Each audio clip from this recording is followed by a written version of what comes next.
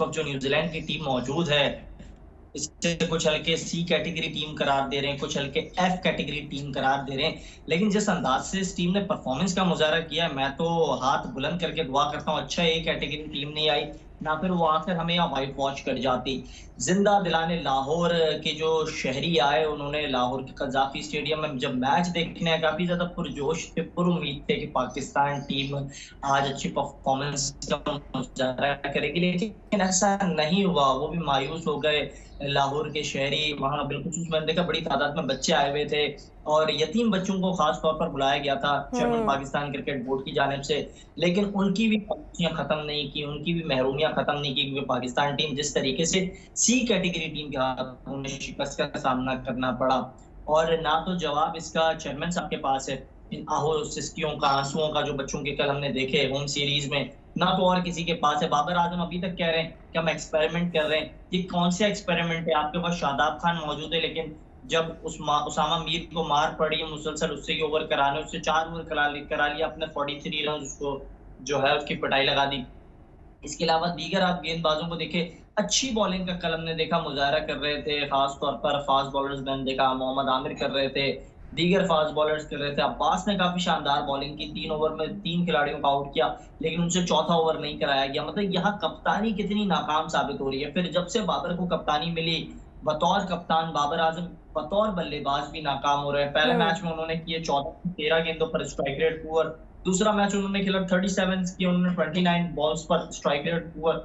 इसके बाद जो हमने कल मैच देखा उसमें 5 रन किए बड़े खिलाड़ी ने, जो पाकिस्तान का बड़ा खिलाड़ी है, जो कहता है कि मेरी चलेगी, मेरी टीम खेलेगी, मेरे खिलाड़ी होंगे, अगर वो होंगे तो ही मैं खेलूंगा, जिसकी सारी मनमानियां मानी जाती हैं। लेकिन फिर भी आज उसने जो नताइज लाया वो ये थे कि पाकिस्तान टीम को सी कैटेगरी टीम के हाथों शिकस्त का सामना करना पड़ा। अब कहाँ है वहाब रियाज, अब कहाँ है मोहसिन नकवी साहब, जिन्होंने शाहीन शाह अफरीदी को कप्तानी से इसलिए हटाया था क्योंकि वो ए कैटेगरी न्यूजीलैंड सीरीज में शिकस्त का सामना किया उन्होंने, और उस वक्त वर्ल्ड क्लास न्यूजीलैंड की टीम थी। आप अवे सीरीज खेलने गए थे, उससे नौजवान खिलाड़ी को तो आपने मौका नहीं दिया, उसके साथ आपने ज्यादती की। जब वो ट्वीट करने आया ट्विटर पर, तो भी उसको ट्वीट करने से रोका गया।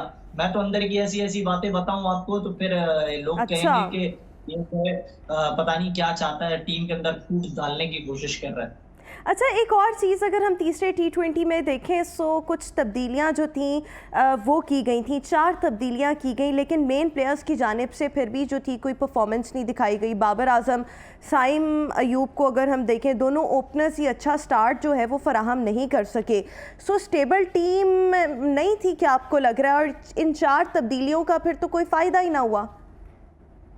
नहीं, ऐसी हैरानकुन तौर पर मुझे चीजें इस वक्त पाकिस्तान क्रिकेट में वाज़ेह हो रही हैं। आप देखें, न्यूजीलैंड की सी कैटेगरी की टीम आती है और वो वर्ल्ड क्लास टीम बन के जा रही है, वो लड़के अपनी जगह टीम में पक्की कर रहे हैं। लेकिन बाबर आजम एंड बाबर आजम कंपनी जो नौजवानों को इस सीरीज से कबल एतमाद दे रही थी कि हम इन्हें मौका देंगे, हम इन्हें खिलाएंगे, हम इन्हें टीम में रखेंगे, उन पर बर्डन डाला जा रहा है। पहले आपने इरफान खान नियाजी को उस नंबर पे यूटिलाइज किया कि अगर वो फेल हो जाए तो टीम से फौरन बाहर कर दो, लेकिन अल्लाह ने ऐसा नहीं किया।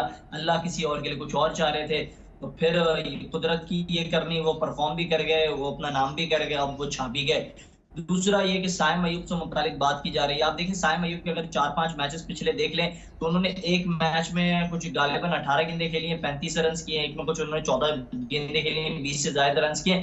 उनका स्ट्राइक रेट बाबर से बेहतर है। इसका मतलब जब वो और बाबर साथ बल्लेबाजी कर रहे होते हैं, वो लंबी हिट लगा रहे होते हैं, वो बाबर को एतमाद दे रहे होते हैं, जबकि बाबर बड़े खिलाड़ी हैं, पुराने खिलाड़ी हैं, सीनियर खिलाड़ी हैं, तजर्बेकार खिलाड़ी हैं। उन्हें चाहिए था कि वो आगे से जो है एक कूल हैंडेडली अपना स्टार्ट लेते और नौजवान खिलाड़ी को भी एतमाद में लेते, लेकिन ऐसा नहीं हो रहा। बच्चे बड़ों को सिखा रहे हैं। हम्म। फिर दूसरा ये है कि पाकिस्तान क्रिकेट अंदर अब ऐसा रिवाज कायम हो गया है, ऐसा एक वतीरा इन्होंने बना लिया है, खास तौर पर बाबर आजम और बाबर आजम की कंपनी ने, कि वो ये कर रहे हैं कि अगर मैं कप्तान बनूंगा तो टीम भी मेरी खेलेगी, मैं कप्तान बनूंगा तो मैनेजमेंट को भी मैं डील करूंगा, मैं कप्तान बनूंगा तो कोचेस भी मेरे से पूछ के लाए जाएंगे, मैं कप्तान बनूंगा तो पाकिस्तान क्रिकेट बोर्ड को उसके घुटनों पे लाऊंगा। तो मतलब एक ऐसा रिवायत उसने कायम की हुई है। और दूसरा ये कि इस वक्त जो चेयरमैन साहब है, उन्होंने भी बाबर आजम को इसलिए कप्तान बनाया क्योंकि वो काफी सारी जिम्मेदारियां देख रहे हैं, आप सब जानते हैं।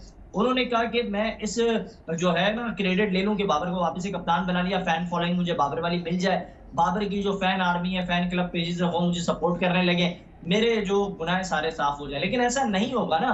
आप देखें, बड़े साहब लाए हैं एक लाडले को और वो सारे लाडले ला रहे हैं। यहाँ तक कि हैरत की बात ये, एक पाकिस्तान क्रिकेट बोर्ड, उसके अंदर वही चंद 4-5 नाम है जो हर जगह सिलेक्शन कमेटी में भी वो दिख रहे हैं। वुमेन्स सिलेक्शन कमेटी बनती है तो भी वहाब रियाज, फिर असद शफीक, अब्दुल रजाक। इसका मतलब पाकिस्तान क्रिकेट के अंदर जो कई जो टेस्ट क्रिकेटर हैं, 200 से ज्यादा टेस्ट क्रिकेटर हैं और 350 के लगभग करीब जो इंटरनेशनल प्लेयर्स हैं, फिर वो कहाँ जाए? कई हजार जो है फर्स्ट क्लास क्रिकेटर हैं, वो कहाँ जाए? मुझे ये तो बताए ना। अच्छा बिल्कुल। सिर्फ और चार ये पांच ही देखें, नाम एक तरफ ये भी तो कहा जा रहा है कि हम वर्ल्ड कप की तैयारी कर रहे हैं, तो आपको क्या लगता है कि इसी माइंडसेट और इस स्ट्रैटेजी के साथ बाबर आजम जो है अब ये वर्ल्ड कप का रुख करेंगे, तो फिर तो नताइज हमारे सामने ही हैं।